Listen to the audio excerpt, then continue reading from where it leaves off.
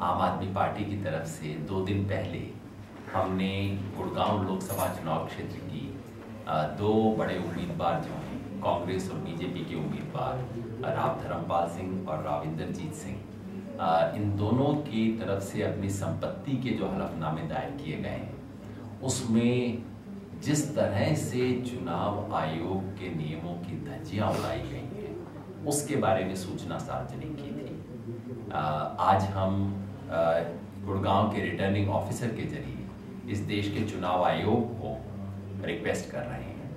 कि वो इन दोनों मामलों की जांच करे और इस पर समुचित कार्यवाही करे। ये दोनों मामले इस तरह से हैं,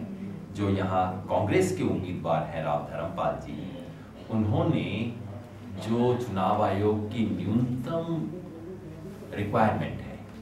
कि आप अपनी चल अचल संपत्ति का पूरा ब्यौरा दें। अचल संपत्ति का मतलब जमीन वगैरह का ब्यौरा दें, जिसमें आपको बताना होता है जमीन कहाँ है, जमीन का आकार कितना है, जमीन किस दाम पे खरीदी गई थी और आज उसका दाम क्या है।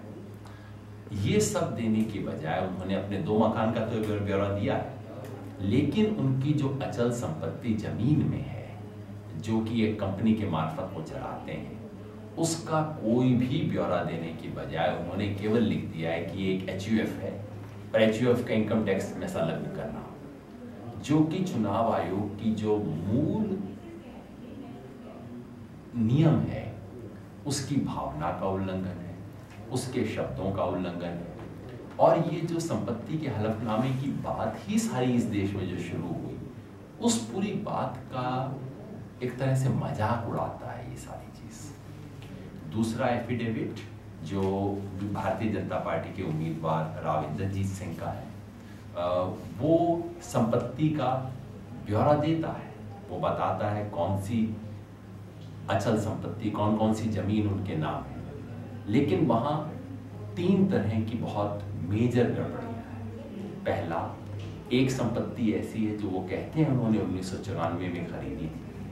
लेकिन जिसका जिक्र वो ना तो 2004 के अपने हलफनामे में किए हैं, ना 2009 के हलफनामे में किए हैं। दूसरा, वो संपत्ति जो दरअसल कृषि की जमीन है ही नहीं, जिसे वो खुद कहते हैं कि उन्होंने यूनिटेक डेवलपर और कृषि डेवलपर को दे दी है। अब जाहिर है डेवलपर अगर बना रहा है तो एग्रीकल्चर की जमीन नहीं है, उसका तो CLU मिल चुका है, वो जमीन बदल चुकी है, तो वो उसे कृषि योग्य जमीन के तहत दिखाते हैं, जो कि दूसरा है। और तीसरा, जमीन का जो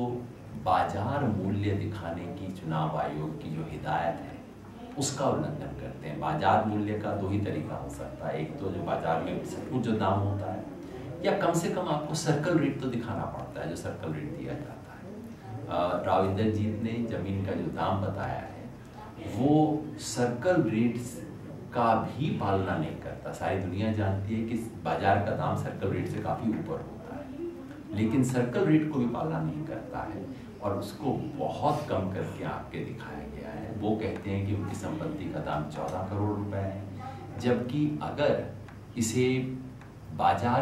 सर्कल रेट के हिसाब से देखा जाए तो कम से कम 300 करोड़ रुपए की संपत्ति है। ये जो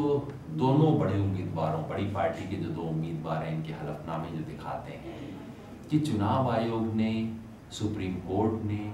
जो बहुत बड़ी व्यवस्था बनाई थी कि वोटर को पता लगाना चाहिए कि उम्मीदवार किस तरह के धंधे में शामिल है, उम्मीदवार की किस तरह की संपत्ति है, उम्मीदवार किस किस तरह के काम में जुड़ा हुआ है, उस सब चीज़ की बड़ी बड़ी पार्टियां खुल के धज्जियां उड़ा रही हैं। वो माहौल बन चुका है। इसलिए हम चुनाव आयोग से आग्रह कर रहे हैं, रिटर्निंग ऑफिसर के माध्यम से हम चुनाव आयोग से आग्रह कर रहे हैं कि चुनाव आयोग के पास कानून के तहत तमाम ताकतें हैं। संविधान की धारा 324 के तहत चुनाव आयोग को इस देश में फ्री एंड फेयर चुनाव करवाने के लिए हर तरह की ताकत है। हम चुनाव आयोग से आग्रह कर रहे हैं कि अपनी उन ताकतों का इस्तेमाल करते हुए चुनाव आयोग इस मामले में सख्त से सख्त कदम ले और ज़रूरत हो तो इन कैंडिडेट्स को डिस्क्वालीफाई किया जाए। इसकी प्रतियां हम आपको